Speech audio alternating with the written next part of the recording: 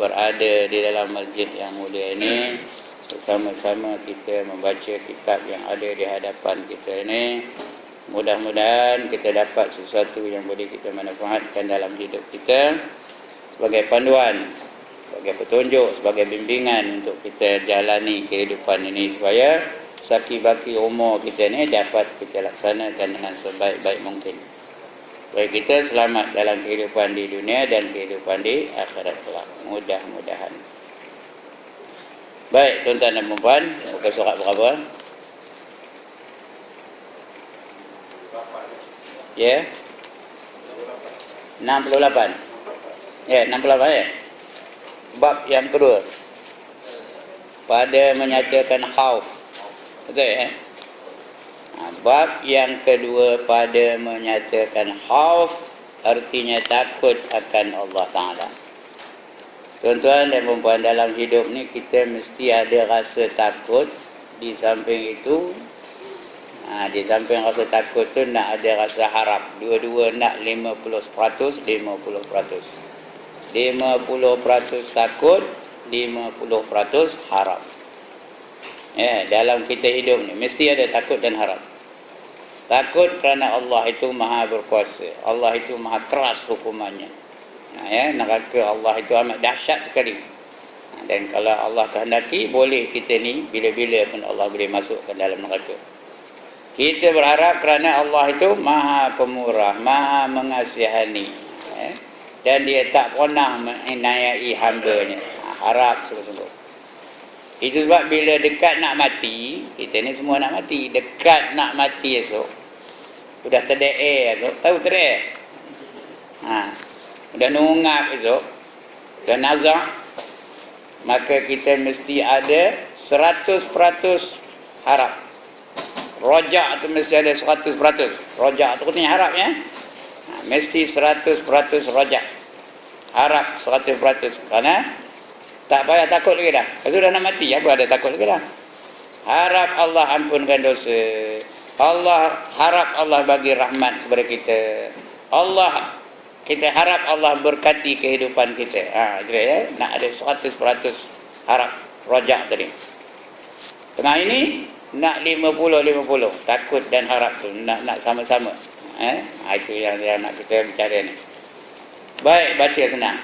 Ketahui olehmu bahawasanya takut itu pedih hati. Itu arti takut, pedih hati. Tak nak jumpa, tak nak nengok. Tapi takut dengan Allah bukan tak nak. Kena dekat dengan Allah. Bukan macam takut hantu. Takut hantu lari. Kalau kita tahu hantu tak nak datang, kita lari. Takut rimau lari. Takut gajah lari. Tapi takutkan Allah, kita lagi takut, lagi kena hampirkan Allah Ta'ala. Lagi takut, lagi kena berjumpa dengan Allah Ta'ala. Lagi takut, lagi kita menyeru nama Allah selalu. Itu tanda orang takut tu.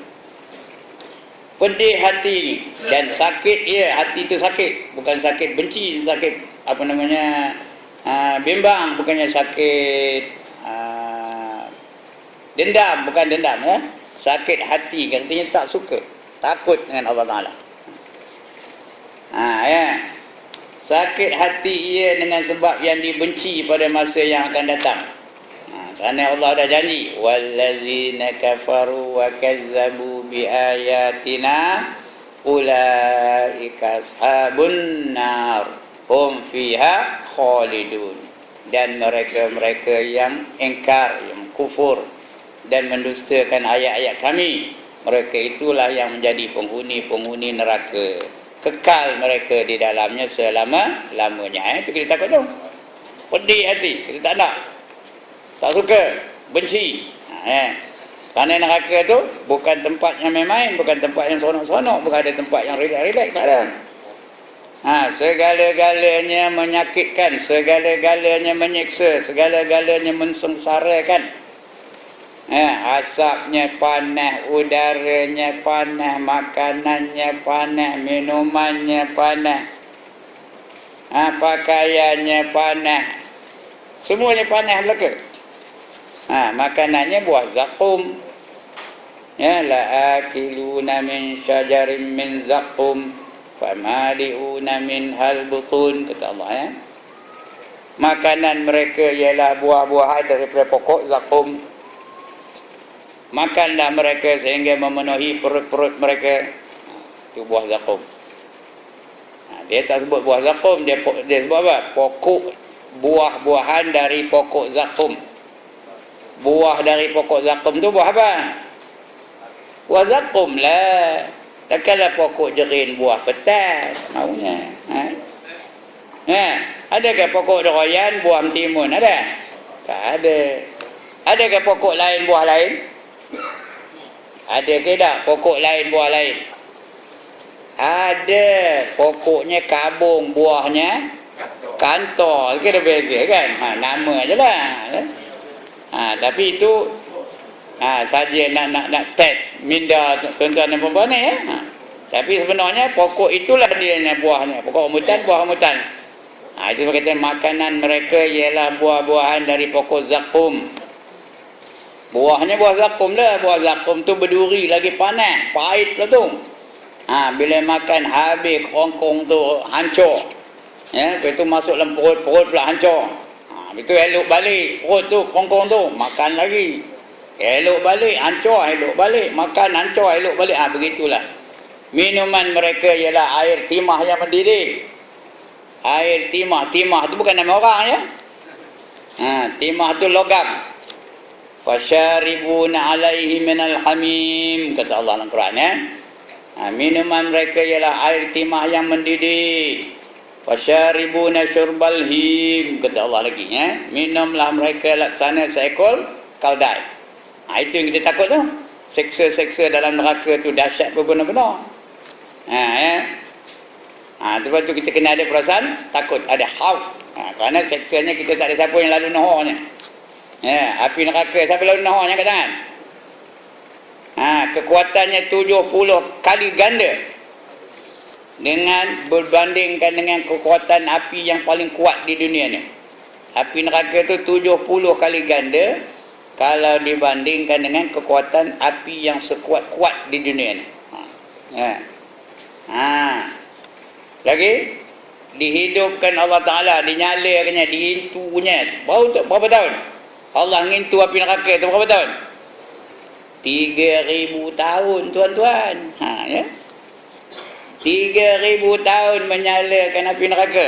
1,000 tahun warnanya merah, 1,000 tahun warnanya putih, 1,000 tahun warnanya hitam. Sekarang ni hitam warnanya. 1,000 tahun warnanya merah aja. Macam mula-mula api dia merah aja apanya warnanya. Kemudian di-up lagi. Dikuatkannya lagi api itu. Mudah bertukar jadi putih. Ada pernah tengok orang welding lah. Bila dikuatkannya api itu apa warnanya? Putih rupanya. 1,000 tahun lagi. Lepas tu di-up lagi. Mudah bertukar pula daripada putih jadi hitam. Sekarang ni hitam api neraka tu. Gelap dalam neraka tu. Tapi bahangnya ada. Cahayanya tak ada, bahangnya ada. Itu api neraka. Bila balik je Rasulullah daripada tempat dia menerima wahyu tentang neraka tu dari Jibril. Jibril menceritakan tentang neraka tu gitu yang 3,000 tahun tu semua Jibril menceritakannya. Rasulullah bila dengar itu menangis dia, royak dia, ngobak dia, tahu ngobak, meraung dia. Tanya Jibril, "Kenapa kamu menangis ya Rasulullah?" Kata Jibril, "Kamu bukannya masuk neraka pun, kamu Habibullah. Aku menangis bukan kerana aku," kata Muhammad. "Aku menangis kerana umat aku. Aku tak nak umat aku masuk ke dalam neraka."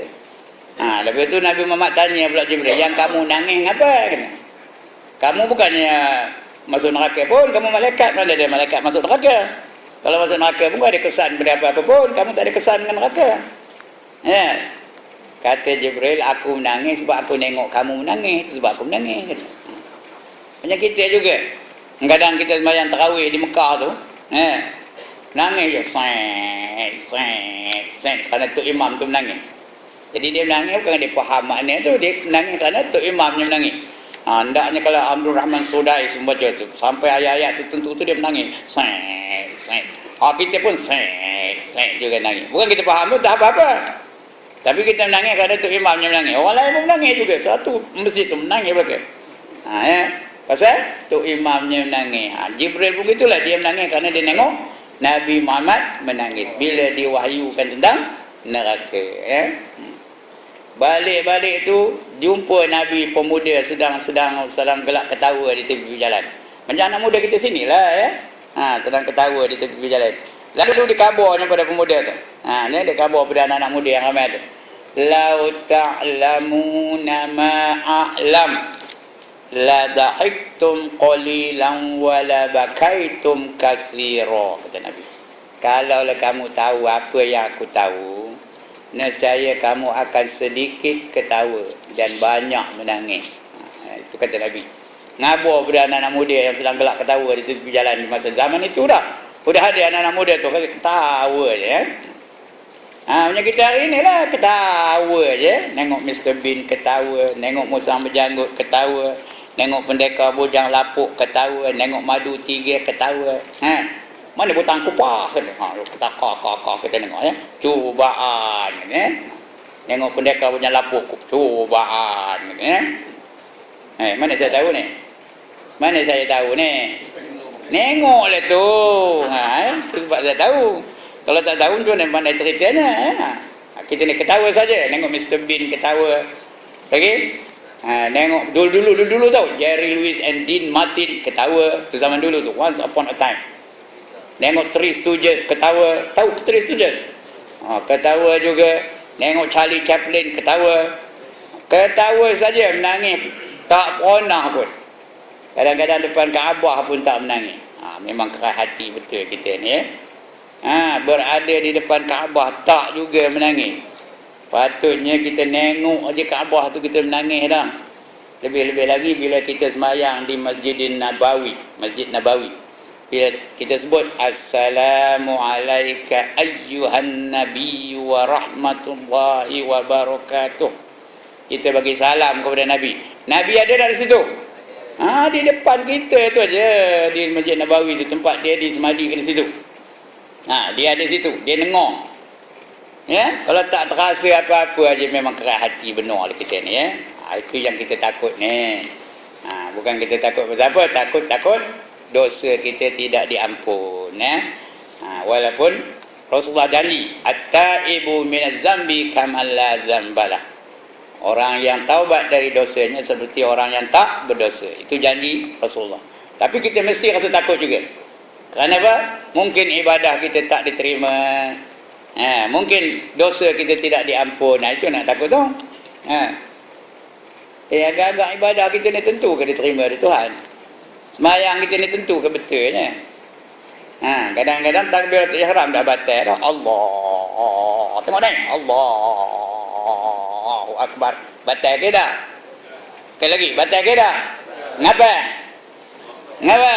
3 gerak berturut-turut macam batal lah sembahyangnya. Kadang kepala pula ngangguk tu. Allahu Akbar. Siapa yang nyuruh entah? Kadang-kadang kita bukan sedar kita buat tu.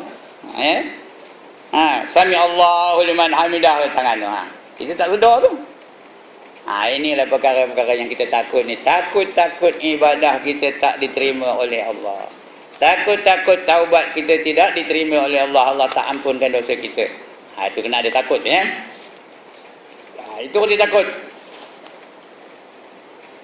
Dengan sebab yang dibenci pada masa yang akan datang. Kita tahu kalau Allah tak ampunkan dosa kita, kita akan masuk ke dalam neraka. Ini takut tu, jangan masuk neraka. Beria benar. Itu yang waqina azabannar, waqina azabannar, waqina azabannar. Jauhilah kami daripada azab api neraka. Jauhilah kami daripada azab api neraka. Jauhilah kami daripada azab api neraka. Wa adkhilnal jannata ma'al abrar. Masukkanlah kami ke dalam syurga bersama-sama dengan orang-orang yang berbakti kepada kamu ya Allah. Itu takut tu. Dalam bab itu tu bukannya yakin apa, takut juga, mesti takut. 50% takut. Tapi ada 50% lagi harap. Harap terima jugalah itu kadang-kadang doa tu kita doa, aku tahu aku kan layak masuk syurga kamu. Itu yang kita baca. Ilahi lastulil firdaus alam فطرحوها على نار الجحيم الله فهب لي توبة واغفر ذنوبي فإنك غافر الذنب العظيم. Ya Allah, aku tak layak masuk syurga Firdaus kamu. Itu takut tu ya. Aku tak layak masuk dalam syurga Firdaus kamu. Tapi aku tidak pula tahan neraka jahim kamu. Neraka jahanam kamu aku tak tahan. Ya? Maka dengan itu terimalah taubat aku. Fabli taubatan. Terimalah taubat aku. Dan ampunkanlah dosa-dosa aku. Sesungguhnya kamu pengampun dosa-dosa yang maha besar. Yang besar-besar pun kamu ampun. Lebih-lebih dosa kecil. Ya? Kita minta harap sungguh-sungguh. Itu akan datanglah cerita harap ni. Ini cerita haus lagi malam ni. Ya. Dan terkadang adalah takut itu kerana dosa. Dosa ni ada macam-macam. Ada dosa besar, ada dosa kecil, ada dosa zahir, ada dosa batin. Ada dosa sedar, ada dosa tak sedar, ada dosa sengaja, ada dosa tak sengaja. Ya. Ada dosa tahu, ada dosa tak tahu. Berapa? Sudah. Berapa semua ya? Sekali lagi. Ada dosa besar, dosa kecil, dosa zahir, dosa batin, dosa sedar, dosa tak sedar, dosa tahu, dosa tak tahu, dosa sengaja, dosa tak sengaja. Berapa? 10. Bukan 10 dosa, 10 jenis dosa. Kalau sejenis 2,000, 10 berapa? 20,000 dosa. Ya. Kita ni macam mana agaknya? Siapa orang tak berdosa angkat tangan? Dan tengok penuh mana kopi, nak kat gambar mana kopinya. Itu ni dosa belaka tambah kami duduk tu. Kami duduk di kampung tu, rumah kami berjerait, tahu berjerait. Ya Allah, dia tak tahu cakap orang Perak pun. Rumah kami berjerait. Ya. Dekat-dekat rumah teres. Celik aja mata pagi, udah telinga berdosa. Deng dong deng dong deng dong deng dong deng dong. Kalau tak rumah kita, rumah orang lain mun bercerai. Rumah kita tak ada bunyi tu. Rumah orang lain ada juga macam karaoke, deng dong deng dong deng dong. Udah telinga berdosa. Keluar nak pergi masjid, start motor, udah mata pula berdosa. Ngapa? Nengok peha amoy. Taman kami tu tak ada anjing, orang Melayu semua. Tak ada yang beli anjing, orang Cina cukup seronok dia main jogging situ. Pagi-pagi lagi orang nak pergi sembahyang dia main jogging situ. Pakai seluar pendek, peha tu besar-besar tiang. Besar ni, tiang ni bukan ni, 2-3 kali besar tiang ni. Punya lah besar peha ya. Dia start motor tu tersuruh lah peha tu. Ya. Kalau tak tengok kan terlanggar. Tengok juga. Itu nama dosa tu. Lepas tu jumpa pula member geng-geng pencin tau. Geng pencin ada tu di kampung tu lah ya. Jumpa dengan geng pencin. Pergilah dah jumpa tu molek lah. Molek tu nak ngumpat je. Ya. Ngumpat Najib lah, ngumpat macam-macam lah. So cerita lah ya. Udah berdosa. Ya. Udah lidah pula berdosa. Begitulah. Kita ni berdosa belaka. Kita takut dosa kita itu tak diterima oleh Allah Ta'ala. Ya. Itu yang takut tu. Terkadang takut itu kerana dosa. Dan terkadang ada ia kerana mengenal sifat Allah Ta'ala. Allah tu sifatnya Al-Qahar, Al-Aziz, lagi Al-Muntaqim. Lagi apa lagi? Al-Aziz, Al-Muntaqim, lagi Al-Qahar. Dah Al-Qahar tadi ya. Artinya sifatnya keras. Membalas apa yang jahat kita buat jahat, dia balas dengan jahat. Itu yang tuan guru kata ada sifat something tu. Ada tak sifat something bagi Allah? Al-Muntaqim tu something lah. Dia tidak terikat dengan mana-mana peraturan. Allah tak ada terikat dengan mana-mana peraturan. Itu something tu. Ya. Itu kita takut ke sifat Allah tu. Sempurna. Siksanya sempurna, nikmatnya pun sempurna. Segala-galanya sempurna sifat Allah Ta'ala tu. Ya, di samping dia lemah lembut, dia pemurah, dia pengasih, tapi ada juga yang keras, yang kasar, yang apa? Yang tegas. Itu sifat-sifat Allah tu. Dia kenal sifat Allah. Sebab itu tauhid ni tuan-tuan, kita kena ada 3 jenis tauhid. Saya percaya tuan-tuan dah belajar ni. Ada 3 jenis tauhid mesti kita ketahui. Yang pertama namanya tauhid rububiyah. Yang kedua namanya tauhid uluhiyah. Yang ketiga namanya tauhid al-asma' was sifat. Yang pertama rububiyah, iaitu Allah sebagai pentadbir, Allah sebagai creator, sebagai pencipta dan pentadbir dan pemilik. Itu rububiyah. Yang kedua Allah sebagai uluhiyah, nak sembah hanya Allah Ta'ala saja, nak takut hanya kepada Allah Ta'ala saja. Nak apa lagi? Nak menyerah diri hanya kepada Allah Ta'ala saja. Nak syukur hanya kepada Allah Ta'ala saja, nak puji-puji Allah saja, lain jangan puji. Itu namanya uluhiyah. Yang ketiga tauhid al-asma'ul husna, yang 99 nama tu dalam Al-Quran tu. Itu kena belajar tu, makna-makna dia apa. Kemudian yang keempat namanya tauhid as-sifat, yang dah belajar kita di masjid lama, masjid baru dah habis, dah tamat dah kitab. Wujud, qidam, baqa tu dah tamat tu, dah boleh ngajar kan. Badar dah ngajar kamu jauh tu. Mana dia Badar? Wujud, qidam, baqa dah hafal, dah pas dah. Itu 4 jenis sifat ataupun 3. Yang nombor 3 tu ada setengah kitab diasingnya. Al-asma' dengan as-sifat tu diasingnya jadi 2. Padahal dia tu 1 aja macam tu. Barulah kita kenal betul-betul Allah. Barulah namanya ma'rifatullah. Hari ini ramai orang mendakwa dia ma'rifah kepada Allah, tapi yang sebenarnya dia tak kenal betul.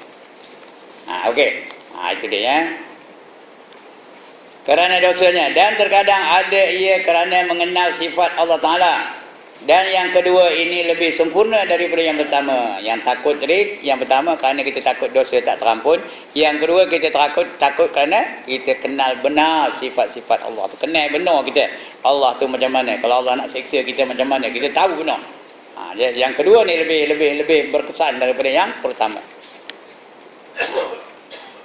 Kerana bahawasanya orang yang mengenal akan Allah Ta'ala tak dapat tiada takut ia akan dia. Kerana inilah firman Allah Ta'ala, innama yakhshallaha min ibadihil ulama. Kata Allah ya. Apa artinya? Hanya senyap yang takut akan Allah Ta'ala daripada segala hambanya oleh sekalian orang yang alim, orang yang banyak ilmu, dia yang takutkan Allah Ta'ala. Sebab itu tuan-tuan, lagi banyak ilmu kita, lagi takut kita kan Allah Ta'ala. Itu tanda ilmu tu ilmu yang memberi manfaat lah. Lagi tinggi kelulusannya, lagi banyak dia takutkan Allah Ta'ala. Lagi dia bertambah takutkan Allah Ta'ala. Lagi banyak hafalannya, lagi dia takutkan Allah Ta'ala. Lagi dia. Kalau dia makin lama, makin pandai, makin ego, makin pandai, makin sombong, makin pandai, makin takabur, itu bukan ulama. Walaupun ilmunya banyak, dia tak layak dipanggil ulama. Ulama ciri yang utamanya dia takutkan Allah. Ya, baru layak dipanggil ulama. Kalau tidak tak takutkan Allah, dipanggil apa? Ulur dalam semua. Jadi ya, tengoklah yang mana-mana yang ngajar-ngajar kita tu. Ulama ke ulur dalam semua. Di antara ciri-cirinya ulama ni, dia lebih gemar kepada akhirat daripada dunia. Itu ciri-cirinya. Ciri orang takutkan Allah. Dia takut nak melakukan dosa-dosa, walaupun dosa kecil. Itu dia ciri-ciri ulama dia. Ciri-ciri orang takutkan Allah ya. Takut. Dia melambat-lambatkan taubat. Takut dia. Takut tak sempat. Itu di antara ciri-ciri ulama yang takutkan Allah Ta'ala. Ya. Dan bahawasanya takut itu mengikut pengenalan. Barang siapa banyak pengenalannya, nescaya banyak takutnya. Dia banyak kenal Allah, banyaklah takutnya. Kurang dia kenal Allah, kuranglah takutnya ya. Dan barang siapa sedikit pengetahuannya, nescaya sedikit oleh takutnya. Kerana ini sabda Nabi SAW, ana akhwafukum lillahi ta'ala. Ana akhwafukum lillahi ta'ala. Artinya, Aku lebih takut akan Allah Ta'ala daripada kamu. Ini Nabi bukan cakap besar ni ya.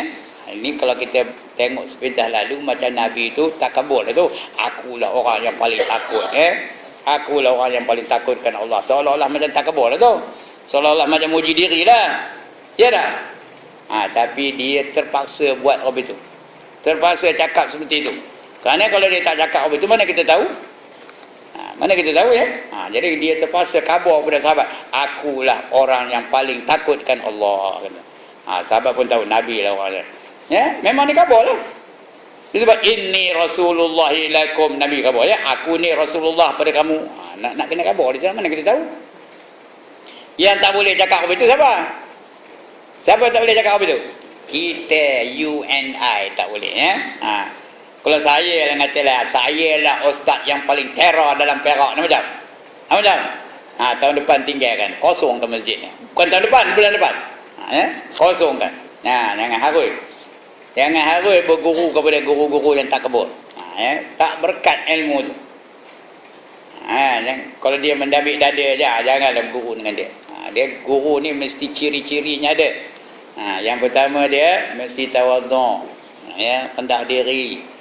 Tengok ulama-ulama dia menggelar diri dia apa? Bila ngarang kitab, apa gelar diri dia? Al-faqir wal haqir ya. Dia ni fakir, apa tak ada. Ilmu tak ada, iman tak ada, akhlak tak ada, ibadah tak ada, apa pun tak ada. Tapi ngarang kitab. Kita handai benar, banyak benar ilmunya, handai benar ya. Tapi macam kitab pun tak reti. Itu beza antara kita dengan ulama-ulama dulu ya. Jadi jangan takabur. Tapi Rasulullah terpaksa dia bercakap seperti itu. Akulah orang yang paling bertakwa kepada Allah, kata Nabi ya. Dia terpaksa cakap begitu. Itu bukan puji diri itu kenyataan yang terpaksa dituturnya kepada kita. Ya. Lagi apa? Kerana adalah Nabi SAW lebih banyak pengetahuannya daripada orang lain. Dan bahawasanya takut itu satu kelakuan yang dipuji. Takut ni satu kelakuan yang dipuji. Sifat ni dipanggil sifat mahmudah. Mahmud tu dipuji juga. Pujian. Alhamdulillah. Puji. Segala puji. Orang nama Ahmad tu dapat. Itu artinya kepujian lah ya. Ahmad, Hamid, Mahmud. Itu semua nak kata arti kepujian. Dia ada Hamim Dal tu. Alhamdulillah. Kepujian tu. Dipuji. Telah menghimpun oleh Allah Ta'ala akan 4 perkara bagi sekalian yang takut akan Allah Ta'ala. Siapa yang benar-benar bertakwa, Allah dah himpunkan 4 perkara. Ciri-ciri orang yang takut akan Allah. Yang pertama, dapat petunjuk. Dapat petunjuk itu artinya dapat pengetahuan tentang yang hak, yang sebenarnya. Itu petunjuk. Yang kedua, dapat rahmat. Yang ketiga, dapat pengetahuan. Yang keempat, dapat redha. Allah redha dengan dia. Allah redha daripadanya oleh Allah Ta'ala. Kerana firman Allah Ta'ala, hudan wa rahmatan lillazina hum li rabbihim yarhabun. Artinya petunjuk dan rahmat bagi sekalian mereka yang takut akan Tuhan mereka itu.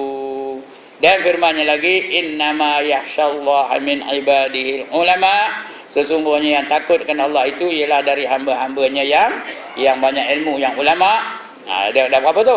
Rahmat, dah dapat hudan, dah dapat petunjuk, itu rahmat, betul? Yang takut tu yang ketiga dapat ilmu pula tu. Orang yang takutkan Allah ialah dari hamba-hambanya yang ulama. Kemudian redha mana? Ini dia ayatnya. Radhiyallahu anhum wa radu an dzalika liman khasyiya rabbah. Surah apa? Surah apa? Al-Bayyinah. Al-Bayyinah. Banyak orang tak tahu apa Al-Bayyinah. Tapi kalau saya kata surah Lam Yakunin, tahu tak? Lam Yakunin tahu tak? Tahu. Mana ada Lam Yakunin, surah Lam Yakunin? Mana ada? Yang ada Al-Bayyinah. Ini kadang-kadang orang tak tahu. Bukan tuan-tuan tak tahu ni, jangan kalah mati dengan saya. Saya tahu tuan-tuan tahu ya. Cuma saja kerana pelajarannya itu kena sebutlah ya. Radhiyallahu anhum wa radu an dzalika liman khasyiya rabbah. Artinya telah redha Allah Ta'ala daripada mereka itu, dan redha mereka itu daripadanya.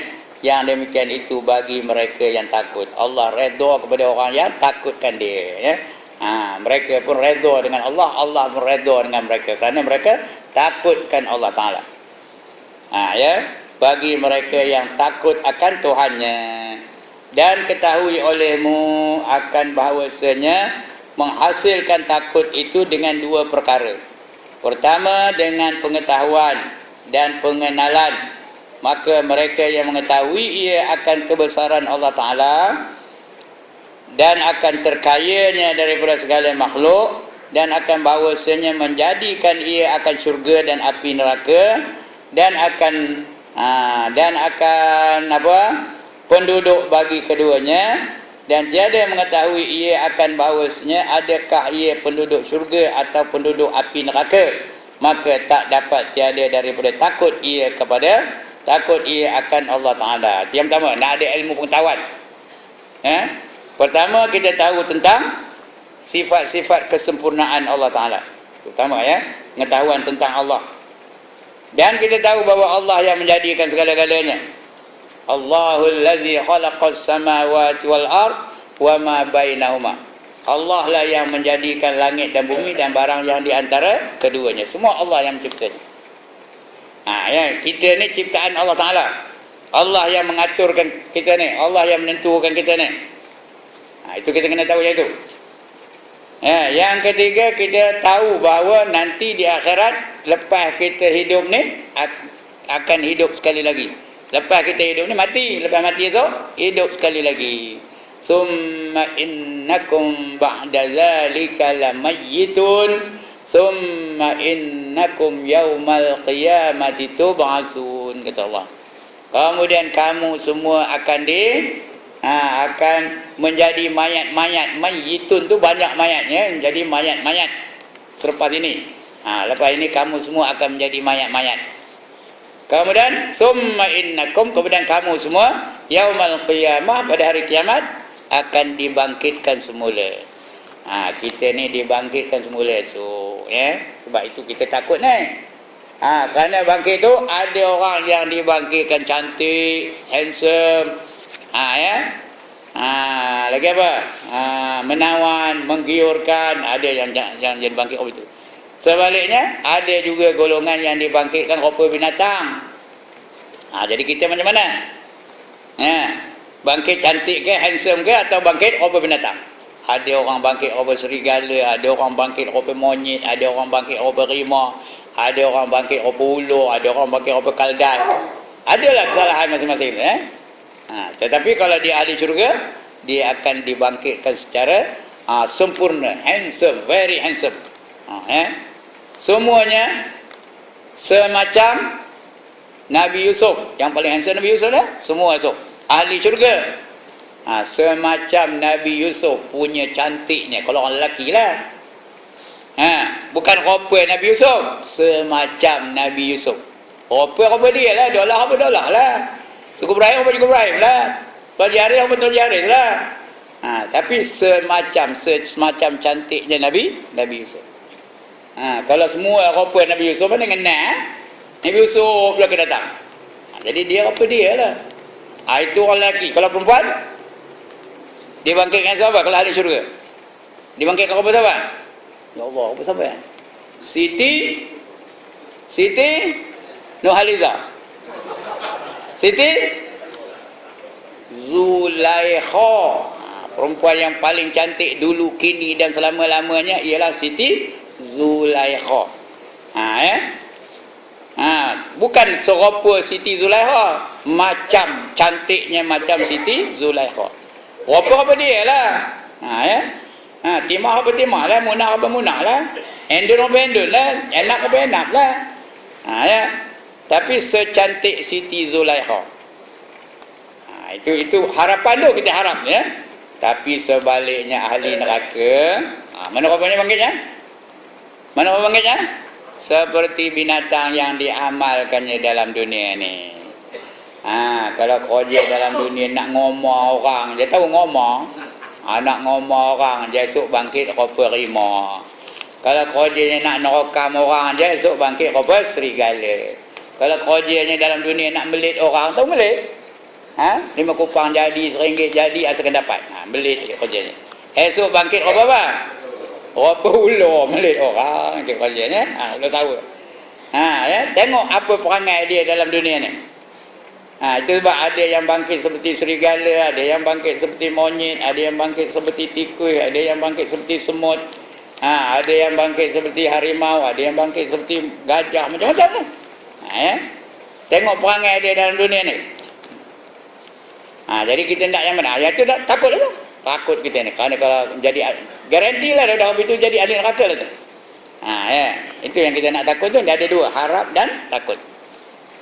Kita nak tahu itu. Baru datang takut. Baru datang harap. Nak dua-dua tu nak ada.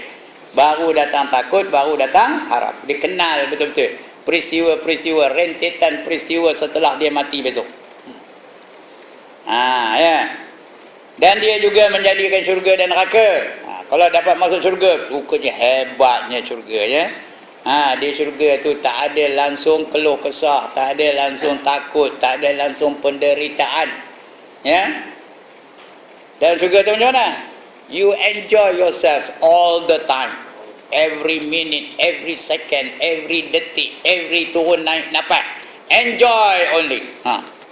Ya, tak ada ngantuk, tak ada tidur. Tahu, dalam syurga tak ada tidur tau. Dia Allah tak bagi dia rasa ngantuk, rasa tidur. Allah pun begitu juga. La ta'khudhuhu sinatun wala naum, kata Allah, ya. Dia tidak mengambil mengantuk dan tidak pula dia tidur. Yang gemar tidur siapa? Yang gemar tidur siapa? Kita. Ya. Bila nombor satu sedap tidur? Bila nombor satu sedap tidur? Berdoa macam inilah. Ngantuk. Siap tu tengok. Tengok klik-klik. Ada tak yang apa itu? Tak ada. Itu handai betul tu, ya. Tak ada yang ngantuk. Nombor dua, di mana time yang tempat tidur, tempat sedap tidur? Bila nengok orang baca khutbah. Naik aja tu khatib tu. Mula bagi salam tu, melihat lagi mata tu. Assalamualaikum warahmatullahi wabarakatuh. Waalaikumsalam warahmatullahi wabarakatuh. Bila start, alhamdulillahil qail, kata dia mula. Ya. Ngapa pandai benar saya ngatakan tu? Ngapa pandai benar saya menceritakan itu? Saya apa itulah. Kadang dikejut baru bangkit. Sebab itu tuan-tuan yang jadi tu imam biarlah khutbah tu yang mengenai peristiwa-peristiwa, kejadian-kejadian yang berlaku semasa ini. Yang ada relevan dengan kehidupan kita. Tak janganlah cerita kalau khutbah tu cerita buah-buahan tempatan, tak payahlah dibaca. Kalau cerita-cerita GST tak payahlah dibaca. Ada satu kali tu untuk imam tu dibacanya GST tau. Pasal GST. Ada ayat-ayat Qurannya sekali.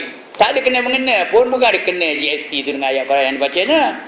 Yang paling menyedihkan, dia orang PAS baca khutbah memuji GST. Nampak tu.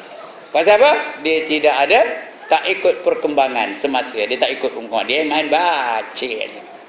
Jadi sebab itu cek dululah teks khutbah tu. Jangan main bantai aja. Baik, bedal tu. Banyak benda cerita. Ya. Itu yang pertama. Yang pertama, dia takutkan Allah. Kenapa? Kerana dia kenal betul Allah Ta'ala. Sifat-sifat Allah tu. Qahar Allah dia kenal, muntaqim Allah tu dia kenal betul-betul, ya. Aziz Allah tu dia kenal betul-betul. Wahid Allah tu dia tahu betul-betul. Allah membalas apa yang dia lakukan dalam dunia ni. Yang pertama. Yang kedua, kita takutkan Allah ni mengapa? Dengan memandang kepada sekalian mereka yang takut dan menilai akan kelakuan mereka dan mendengar akan perkhabaran mereka itu. Bandingnya seperti kanak-kanak, tiada takut ia akan ular, kerana tiada mengetahui ia akan bahawasanya ular itu menyebabkan kebinasaan. Bersalahan bapa bagi budak itu, takut ia akan ular, kerana mengenal ia akan dan mengetahui ia akan mudarat, sebab dipatuk oleh ular. Tetapi apabila melihat kanak-kanak itu akan ayahnya takut akan ular dan lari daripadanya, dan gemetar badannya kerana melihat ular, ular itu nescaya mengikut akan ayahnya pada ketakutan dan merasa ia di dalam hatinya akan takut sekalipun tiada ia mengetahui akan sifat ular. Macam inilah bandingannya. Ada ular besar meleduk-leduk ada ular ni. Kanak-kanak yang baru lahir, yang umur 2 tahun, dia tak tahu apa. Dia takut ke dengan ular tu? Tak ada takut, dia pergi dekat dengan ular tu. Kadang-kadang dia pegang dengan ular tu. Yang takut apa? Ayahnya takut. Ayah menjerit, "Ma, jangan pegang ular tu, bahaya," katanya. Dia takut. Anak tu terkejut lah. Lari daripada ular tu. Kerana tengok ayahnya lari, dia pun lari juga. Macam kita takut kena hantu lah. Siapa ada pernah tengok hantu angkat tangan? Tapi bila kabur ada hantu di tanah wakaf tu macam? Berani tak? Tak berani, takut juga. Padahal bukan dia pernah tengok hantu pun. Ada tak orang kampung Gajah ni mati cikit di hantu ada? Mana ada? Tapi apa nak takut kan? Tapi pasal apa takut? Pasal semua orang takut. Kita pun takut juga. Kanak-kanak tu betul lah. Akhirnya dia takut juga kan ular. Kenapa? Kerana ayahnya takutkan ular tu. Ayahnya tahu. Ayah tu kenapa takut? Dia tahu mudarat ular tu. Kalau dia patuknya macam? Kalau dia patuknya macam? Padamlah. Pak saudara saya ada seorang tau mati dia patuk ular tau. Pak saudara saya. Abang dia mak saya. Mati dia patuk dia ular. Tengah neban patuk dia ular. Dia pun balik naik koma terus mati. Dia orang kampung masjid tahu, orang kampung masjid. Tak tahu dia main kampung masjid. Orang sini tak tahu ke mana kampung masjid. Di situ matinya. Anaknya pun baru lagi matinya. Kena? Mak Putih kena? Ayah Mak Putih itulah yang mati patuk di ular tu. Mak Putih itu sepupu saya. Ayah itu pak saudara saya, abang dia mak saya. Mati di patuk ular di sana lah, di Kuala Parit matinya. Pasal apa? Pasal dia tak sedar, tak nampak tu. Budak-budak apa itu juga. Dia tak tahu ular tu bisa. Orang yang tahu, itulah tahu. Orang yang tahu. Saya tahu, kita takut ke ular. Pasal itulah ya. Baik. Dan ketahui olehmu bahawasanya takut itu seperti cemeti. Takut itu dia macam cemeti. Cemeti itu apa kerjanya? Apa guna cemeti? Untuk mukul. Takut itu seperti cemeti yang menghalau ia akan hamba kepada tuah akhirat. Cemeti itu menghalau manusia di dalam akhirat nanti. Tetapi sayugia bahawa ia bahawa berlebih-lebihan ia hingga membawa kepada putus asa. Takut jangan sampai putus asa. Kita takut dengan Allah, takut boleh memang disuruh tu, itu perbuatan baik tu. Tapi jangan sampai putus asa dengan rahmat Allah Ta'ala. Orang putus asa tu sampai semayang tak hendak, berzakat tak hendak, puasa tak hendak, itu putus asa lah tu. Dia rasa aku kalau mati esok neraka lah, lantak lah tu kena. Kalau tu tak payah aku semayang, tak itu pun masuk neraka juga. Itu orang putus asa namanya.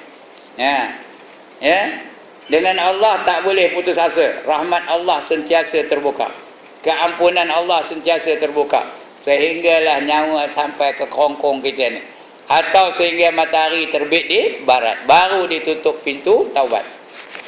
Jadi jangan sekali-kali kita putus asa dengan Allah Ta'ala. Kita dah baca bab taubat dulu ya. Tak boleh putus asa. Orang yang tak taubat tu dia putus asa lah tu. Dia dah tahu. Ada yang apa tu? Orang puasa dia naik umur dah 60 naik lagi haram puasa lagi. Orang zakat dia tak zakat. Orang pakai nutup aurat dia pakai seluar pendek je sana kemari. Dah putus asa tu. Orang azan naik ni je buat tak reti aja dia. Itu orang putus asa. Tak boleh. Nak ada rasa takut tu. Jangan berputus asa dengan rahmat Allah. Jangan berlebih-lebihan hingga membawa kepada putus asa daripada rahmat Allah Ta'ala. Kerana yang demikian itu dicela, hukumnya haram ya, putus asa itu hukumnya haram. Tak itu aku masuk neraka juga ya. Aku tak payah semayang, tak itu aku mati esok bukan tentu bukan dapat syurga pun katanya. Masuk neraka. Jadi sebab itu dia tak nutup aurat. Itu yang ngelembung aja rambut tu. Kemana kemari, sana kemari ngelembung aja rambutnya. Jangan bayang siapa ni ya. Ni dia mudah bayang sana tu jangan. Ini contoh aja. Mengelembung aja rambutnya. Itu putus asa lah tau. Ya, jangan putus asa. Ya. Dicela bahkan apabila bersangatan takutnya hendaklah mencampur ia akan dia dengan harap. Kita kata tadi bila rasa takut tu campurkan sikit dengan harap. Hilang sikit rasa takut tu. Dan sayugia ni kata yang penting, mustahak, very important sayugia ya. Sayugia bahawa lebih kuat takut daripada harap selama ada ia mengerjakan dosa. Kalau dia sedang berdosa, lebih takut dia, lebihkan takut tu daripada harap. Tapi banyak kita ni dah tak ada dosa dah. Ada ke orang meninggalkan sembahyang lagi ngeri. Orang sini ada tak yang dalam masjid ni? Ada lagi yang ambil nombor ekor je minggu? Kalau ada tu benar lah ya. Melampau betul lah. Dia orang macam kita ni tak lah ya. Ini orang yang banyak dosa. Kerjanya banyak dosa je, sikit benar pahala ya. Mesti dia lebih takut dia tu daripada harap. Kalau dia